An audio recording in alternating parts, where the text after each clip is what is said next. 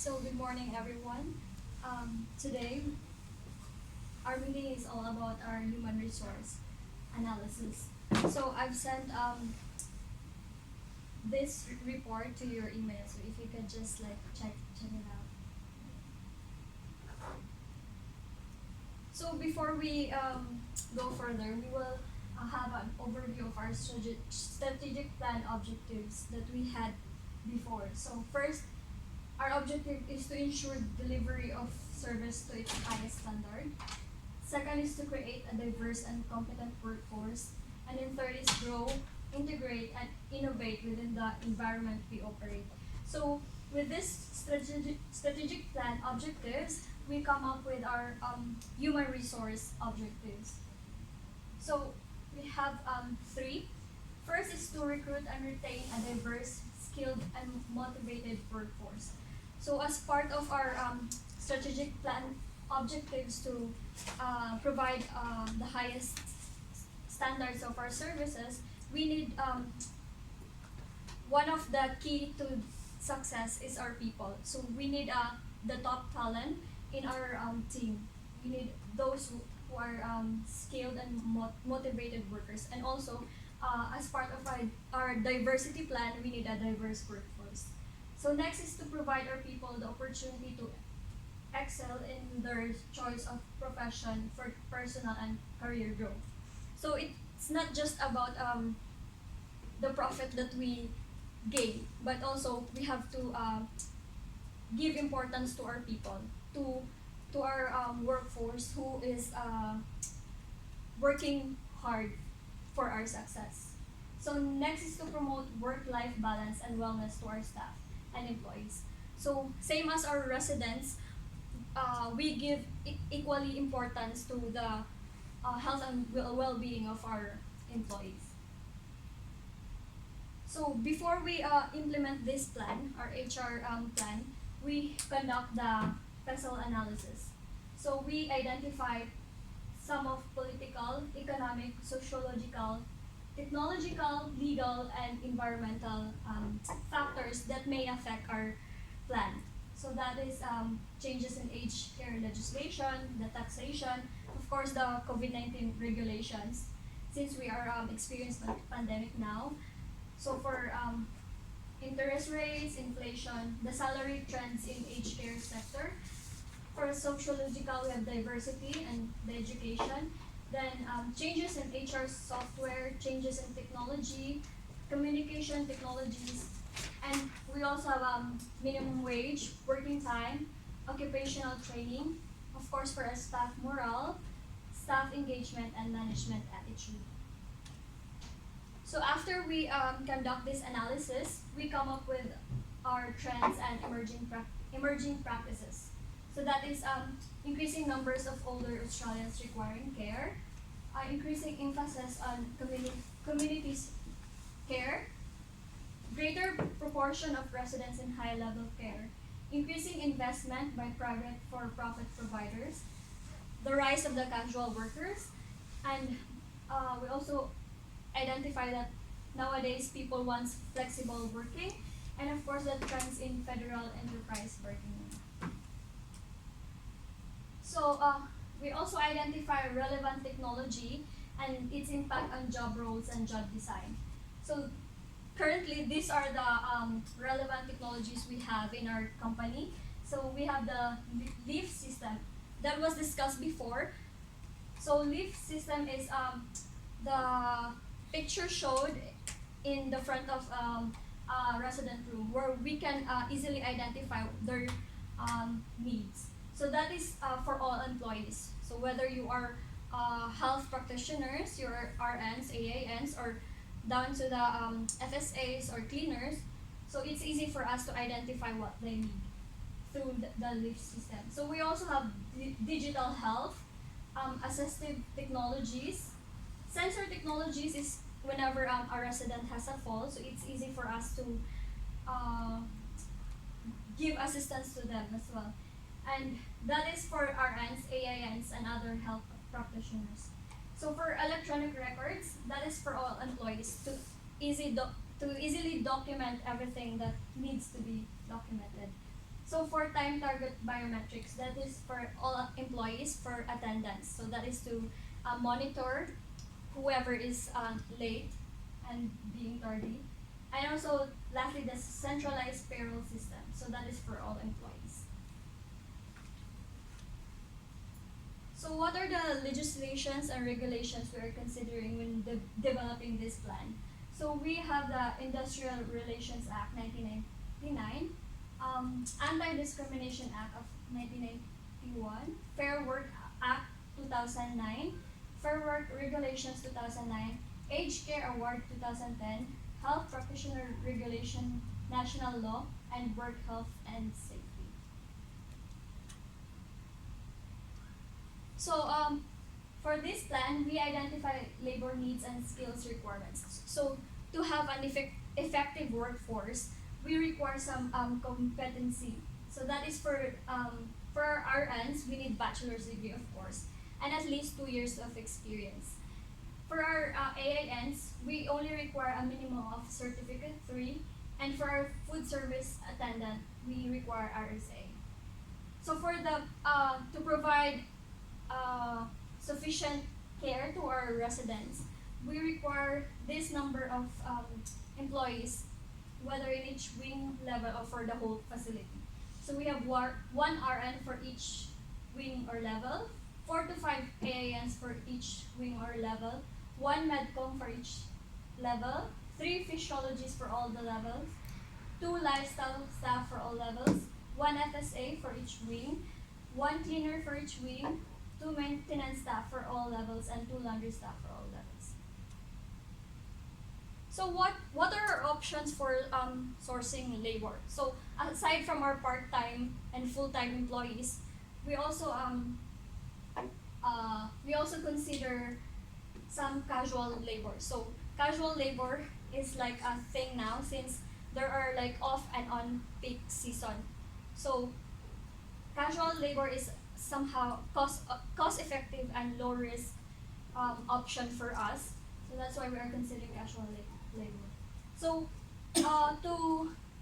to find the people that we need, we also have online recruitment websites. So this is easier for both parties. Like for our candidates applying for a certain job, so it's easy for them to apply. No need to walk in and hand over resumes. And for us as well, it's easy for us to overview their resumes. So we also welcome new graduates or trainees. So sometimes, though we require experience, we are also welcoming new graduates or trainees. So as we all know, new graduates are somehow more enthusiastic about the job, and of course, how can they gain experience? So we will let them gain experience in our team. So we also have outsourcing for our physiologists and for our doctors. Yeah, we also I think it's practical to outsource those people, so we don't need further trainings, and we can save costs for those trainings. And of course, for the specialists and consultants, we also need those people. So after this plan, we also need series of consultations to our managers, to our department managers, for the people, all the people involved for this plan. So we need consultations to seek for feedback, ask for suggestions, how we can further improve this plan. So the communication channel can be like we have to conduct face-to-face meetings, through telephone, or through emails and group presentations. So that would be all for our HR strategic plan analysis. So next is for our human resource plan, or the implementation of this plan. So first, we will have our overview of our company, about our company. So again, our vision is to be the industry leader that provides premium care services and makes a difference to the quality of life for our elder for our people. elder people. So to support that vision, we have the mission to provide quality integrated care services and accommodation that allows our residents to maintain individuality, dignity, and quality of life in a safe and supportive environment. Of course, our values include respect, integrity, excellence, accountability, and innovation. So our philosophy is created on the foundation of reputation and positive ethical principles with effective leadership, commitment, and shared vision. A dedicated and exceptional service will be provided by our staff. So we aim to provide access to and equity of service delivery to our residents, encourage a sense of community spirit that fosters growth and harmony, to promote professional development and career opportunities to our staff and employees, to deliver premium quality care through continuous quality improvement, and to provide care and support through integrated community and residential care services. So again, these are the human resource objectives that we had. To recruit, retain a diverse and skilled and motivated workforce, to provide our people the opportunity to excel in their choice of profession, for personal and career growth, and to promote work-life balance and wellness to our staff and employees. So how do we achieve this objective? So we identify strategies that would help us do this. So first is how do we choose our people in the team?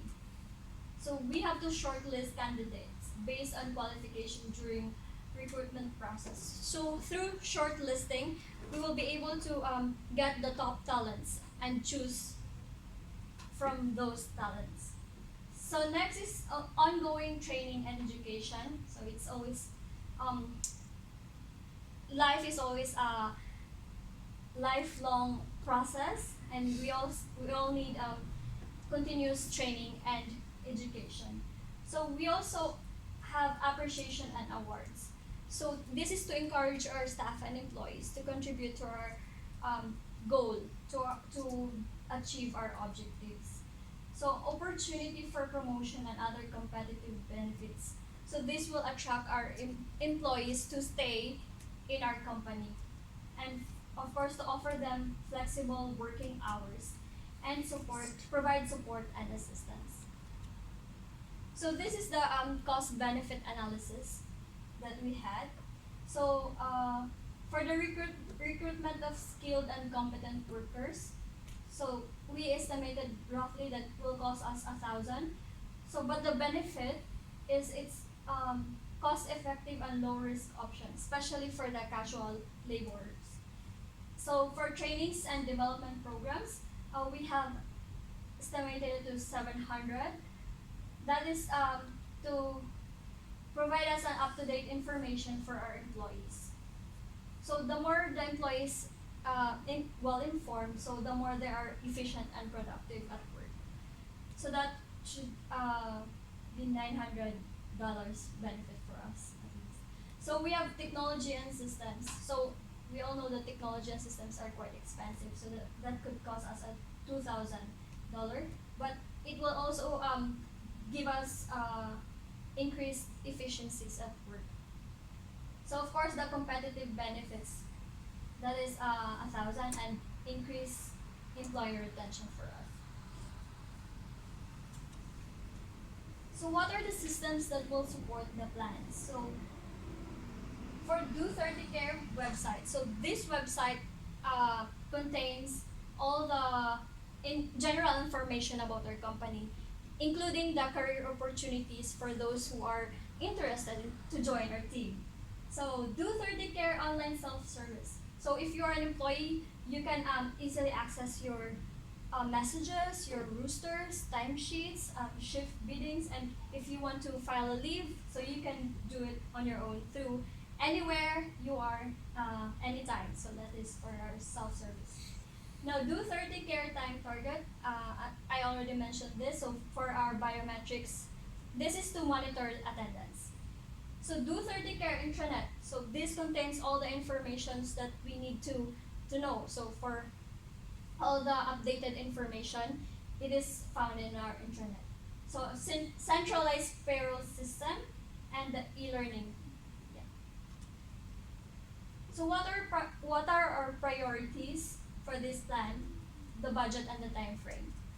So our first priority is employment life cycle support. So this is for our first objective to recruit our workforce. So we have budgeted 1,000 for that. So we have onboarding. So we have 2 weeks for onboarding. For probation period, we give them 6 months. And for performance appraisal is done after a year. So our next priority is trainings and individual development plans. This is to support our employees, staff and employees. So that will cost us at least 700. And for time frame, we do it annually for a year. And lastly, we also prioritize our staff and employees, their health and well-being, and of course, to attract them to stay in our company, we provide study assistant programs. Because it's like at least 60% of our workforce is our students. So through this, we can help them get through their studies as well.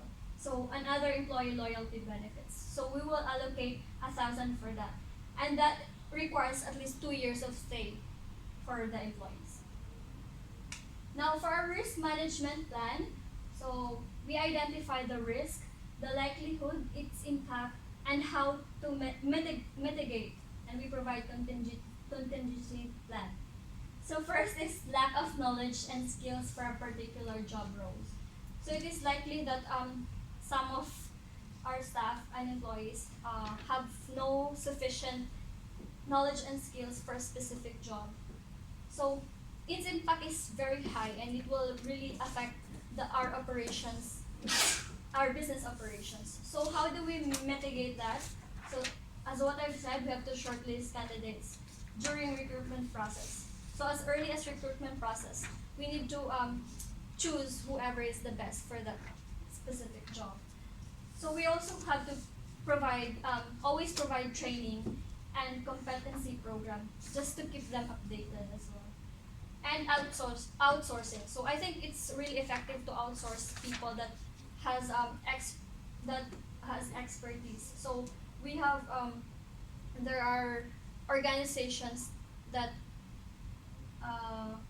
provide extensive trainings to these people. So at least we can save for outsourcing.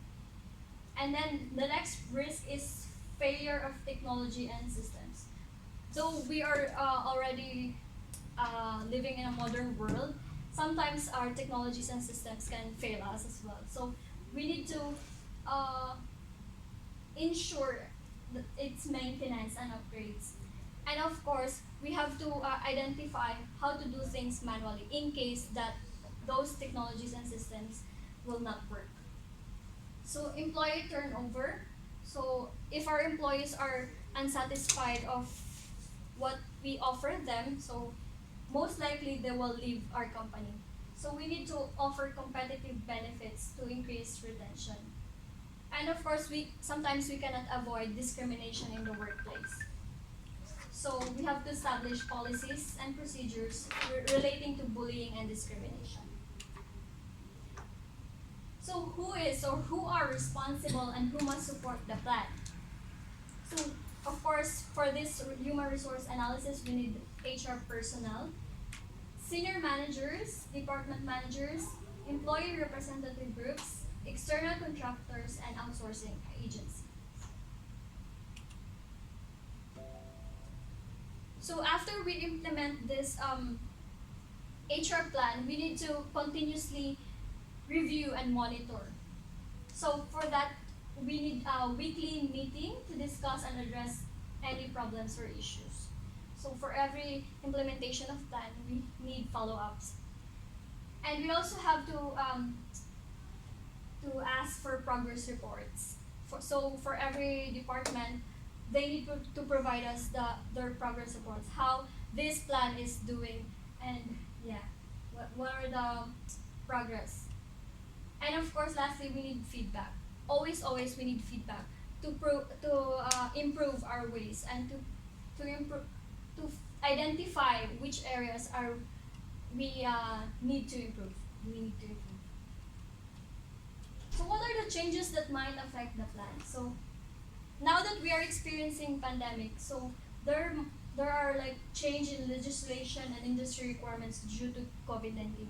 So before this pandemic, last year, there is a change in industry requirements in aged care. So our government requires aged care providers to disclose their staffing services to ensure that the patient nurse ratio is reasonably acceptable. So of course that is to have a transparent report of how